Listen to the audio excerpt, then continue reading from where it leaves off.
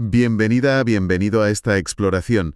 Hoy nos metemos con un tema, un tema colosal, la inversión en infraestructuras para inteligencia artificial. Podría ser la mayor apuesta de capital global Desde la posguerra, casi. precisamente. Tenemos aquí un informe de investigación bastante detallado que analiza justo eso, lo que llama la apuesta de los 3 billones de dólares. 3 billones con B. Vaya tela. Sí. Y nuestra idea hoy es desgranar un poco qué significa todo esto. O sea, ¿qué está pasando realmente? ¿Quién lo paga? ¿Qué riesgos hay? Y sobre todo, ¿por qué debería importarnos? Vamos a empezar por la escala, porque las cifras, marean un poco, ¿no? Pero el informe dice que esto no es solo dinero. Exacto. Es que se habla de un nuevo motor para el crecimiento económico. Casi un nuevo barómetro para medir la economía. Un barómetro nuevo. Sí.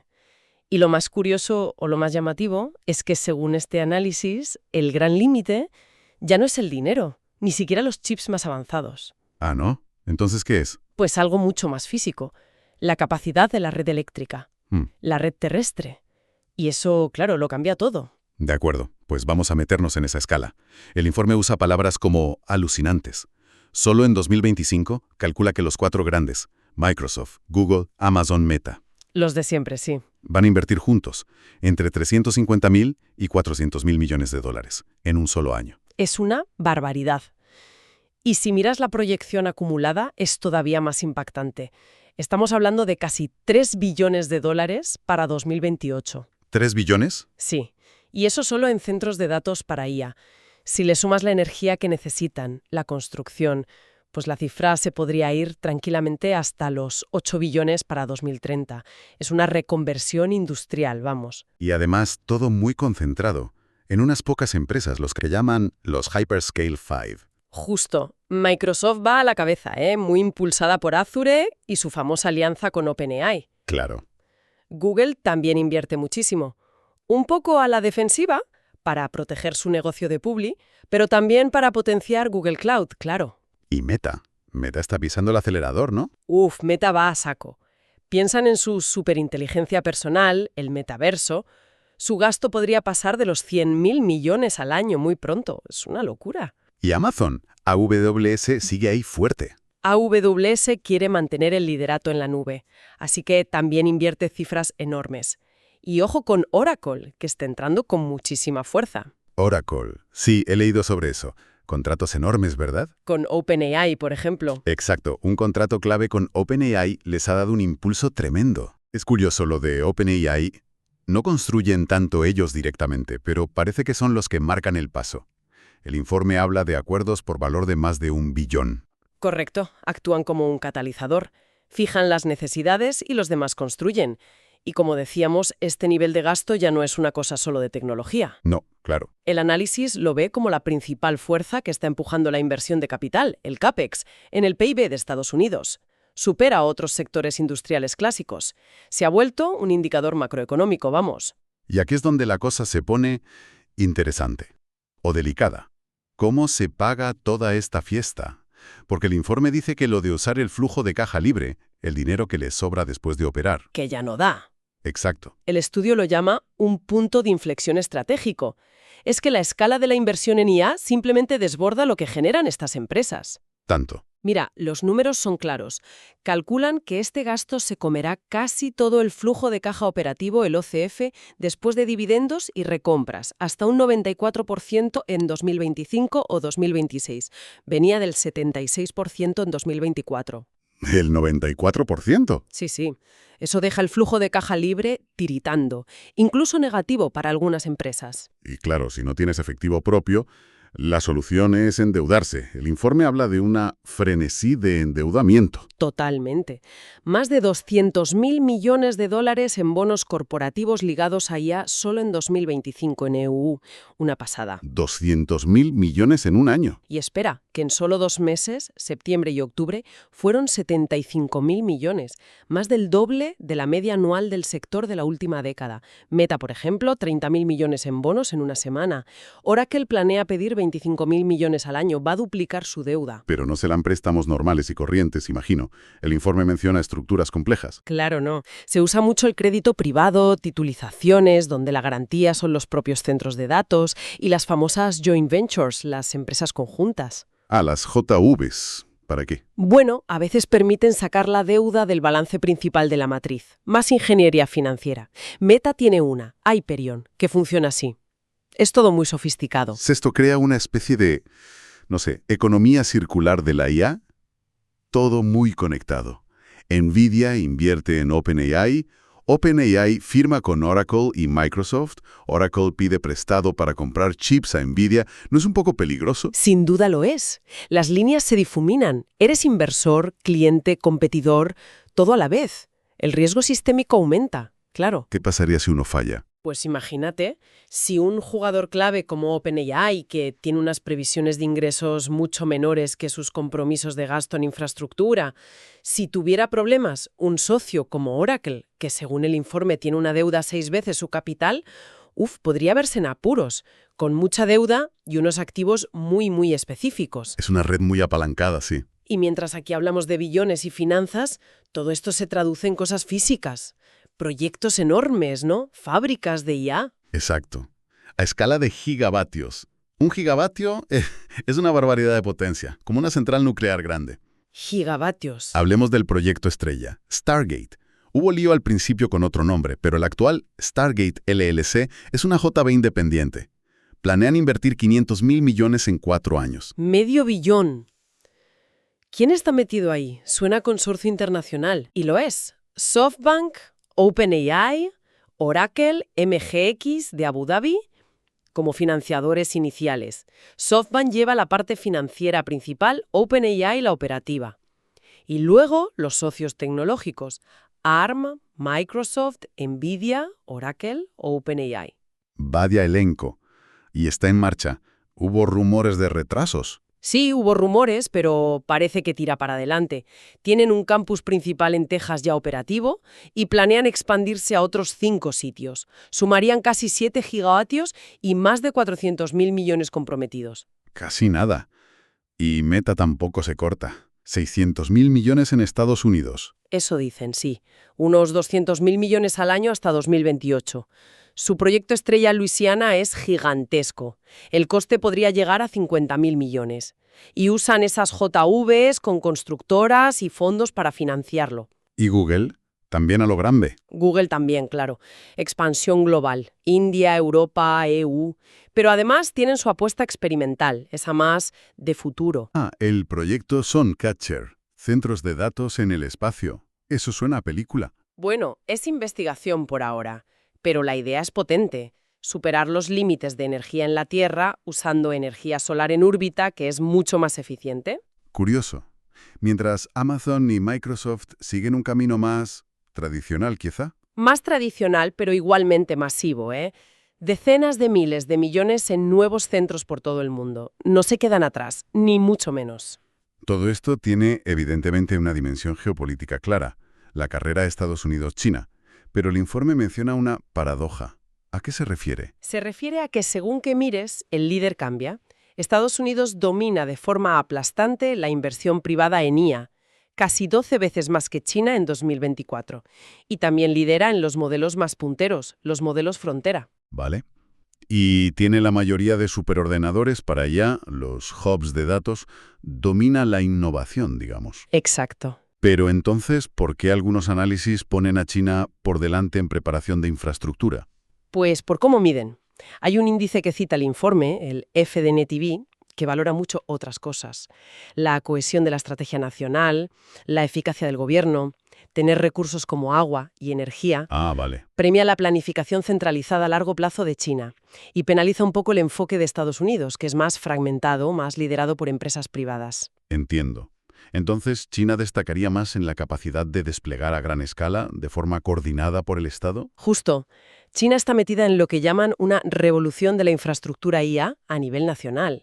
Desarrollan sus propios chips, sus modelos cada vez son mejores, lideran en patentes, en publicaciones. Así que esa es la paradoja. Estados Unidos en la chispa privada, China en la maratón industrial pública. Podría verse así.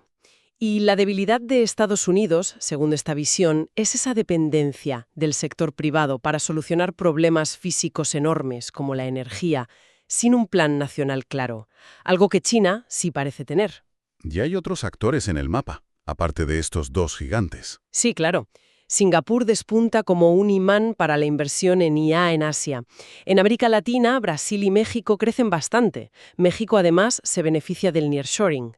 Y la India, por supuesto, es un mercado clave, con políticas que atraen inversión, como ese hub de Google. Da la sensación de que para estas tecnológicas, invertir así a lo bestia no es una opción, es casi una obligación. No invertir es quedarse fuera de juego. Correcto. La percepción es esa. Si no tienes suficiente capacidad de cómputo, te conviertes en irrelevante tecnológicamente. Y eso crea una espiral de gasto. La demanda de computación para IA parece insaciable. Insaciable. Y aquí pasa una cosa curiosa, la paradoja de Jevons. La paradoja de Jevons. Explica eso un poco. Claro, viene a decir que aunque la tecnología se vuelva mucho más eficiente, entrenar modelos es más barato, usarlos también, eso no reduce el gasto total. Al revés.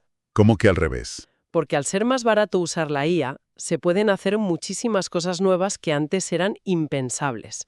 Y eso dispara la demanda total de cómputo. Es un efecto rebote, que justifica todavía más inversión. Fascinante. Y volvemos al cuello de botella físico, la energía. El informe llega a decir que estas empresas casi se están volviendo eléctricas. Es una de las conclusiones más fuertes, sí. La red eléctrica pública no da abasto. Tardan años, 5 o 10 años, en poner nuevas líneas de alta tensión. Muchísimo tiempo. Claro, así que los gigantes tecnológicos están tomando la iniciativa. Desarrollan sus propios proyectos energéticos de gigavatios, miran reactores nucleares pequeños, los SMRs, reactivan plantas viejas, firman acuerdos a 20 años para asegurarse gas natural. La IA está redibujando el mapa energético mundial. Y todo esto a veces con la etiqueta de seguridad nacional, como lo de Stargate. Y claro, con tanto gasto, tanta deuda, la pregunta es inevitable. ¿Esto es una burbuja? ¿Como la de las .com del 2000? La pregunta del billón, sí. ¿Qué dice el análisis sobre ese riesgo? ¿Hay burbuja o no? Pues sugiere que el riesgo más gordo quizás no sea un colapso financiero como el de entonces, sino más bien una crisis física, chocar contra los límites de la red, o una crisis económica porque las empresas que adoptan la IA no le saquen rendimiento, no vean el famoso ROI. Hablemos del argumento pesimista, el bear case. Se basa en que se gasta mucho, pero se usa poco, ¿no? Exacto. Muchas empresas prueban la IA, pero pocas la escalan de verdad. El informe cita estudios. Hablan de tasas de fracaso del 95% en obtener un ROI claro de la inversión en IA, o de que la mayoría de pilotos de IA generativa no tienen impacto medible en beneficios. El 95%. Es altísimo. Sí. La conclusión pesimista es, se está construyendo a lo loco, especulando con una demanda que igual no llega tan fuerte como se espera, y eso dejaría a los constructores con mucha deuda y activos que no saben qué hacer con ellos. Vale, ese es el lado oscuro. Pero también hay un argumento optimista, el bull case. Claro. Este dice que, primero, los que pagan la fiesta ahora, Microsoft, Google, Meta, son súper rentables. Pueden aguantar pérdidas o retornos bajos durante tiempo. No son como muchas .com que quebraron. Tienen músculo financiero. Exacto. Y además, mucha de esta construcción ya está respaldada por contratos a largo plazo. No es pura especulación. Y sí, igual el 95% no ve un gran ROI, pero el 5% que sí lo ve obtiene resultados transformadores. Es un mercado nuevo, caótico. Es normal. Pero quizá todo este debate financiero sea secundario si el límite real es físico. Esa es la tesis central del informe, sí. El cuello de botella de verdad es la energía. La demanda eléctrica de los centros de datos se va a duplicar para 2030. Se comerá casi el 10% de toda la electricidad de Estados Unidos. Una décima parte. Es muchísimo. Y ya tiene consecuencias. Se retrasa el cierre de centrales de carbón, se reactivan nucleares y, según el informe, ya infla las facturas de la luz de la gente. Vaya. Así que la conclusión es que la burbuja, si la hay, es más física que de dinero. El análisis sugiere que es difícil gastar de más físicamente si la red no te deja. El límite son los años que tardas en construir nuevas centrales y líneas. Quizás la burbuja no explote por falta de dinero, sino porque chocamos contra el muro de los vatios y los plazos. Necesitarán sí o sí acuerdos de compra de energía a largo plazo, los PPAs, para poder seguir creciendo. Si seguimos la pista del dinero y sobre todo de los recursos físicos, ¿quiénes son los que de verdad están ganando con esta fiebre del oro? El informe habla de los que venden picos y palas. Exacto. El valor más duradero parece que se queda en los que solucionan esos cuellos de botella físicos. Podemos agruparlos. Primero, los cerebros, los chips. Nvidia, supongo. Nvidia es el rey, indiscutible. Sus GPUs son la base. AMD es el número 2, claro. Pero no hay que olvidar a Broadcom, que hace chips de red y personalizados, ni a TSMC, la fábrica que produce para casi todos. Vale, los chips. Segundo, el sistema nervioso, las redes que conectan todo. Fundamental. Conectar miles de GPUs a la vez necesita switches de red ultra rápidos. Ahí domina Arista Networks. Cisco también se beneficia, claro. Tercero, pulmones y corazón, refrigeración y energía. Esto parece clave ahora mismo. Y de crecimiento brutal. Los racks de IA echan un calor tremendo. La refrigeración por aire ya no vale. Ahora lo normal es la refrigeración líquida. Líquida. Sí. Empresas como Vertiv, que trabaja mano a mano con Nvidia, Eaton, que ha comprado empresas del sector, o Schneider Electric, que se encarga de la gestión de la energía dentro del data center, son cruciales. Y por último, los cimientos. El suelo, los edificios, la energía que viene de fuera. Ahí tienes a los REITs especializados en centros de datos como Equinix o Digital Realty. Son los dueños de los edificios, básicamente. Las constructoras especializadas también, pero el ganador final, y el que a veces se nos olvida, ¿Quién? las eléctricas, las empresas de servicios públicos. Las eléctricas de toda la vida. Ellas son las guardianas, controlan el recurso clave, los electrones, firman esos contratos gigantescos, los PPAs, a décadas vista. Están en una posición de poder enorme en todo esto. Bueno, resumiendo, estamos viendo una inversión de una escala nunca vista, que se paga cada vez más con deuda, que crea proyectos físicos descomunales y que está cambiando la geopolítica del cómputo. Pero sobre todo, y esto es lo importante, es una carrera cuyo ritmo real lo marca el mundo físico. La energía, la refrigeración, lo que se tarda en construir. El gasto en infraestructura de IA es el nuevo termómetro de la economía global. Una apuesta muy arriesgada, además, sobre una adopción masiva que todavía no está del todo clara.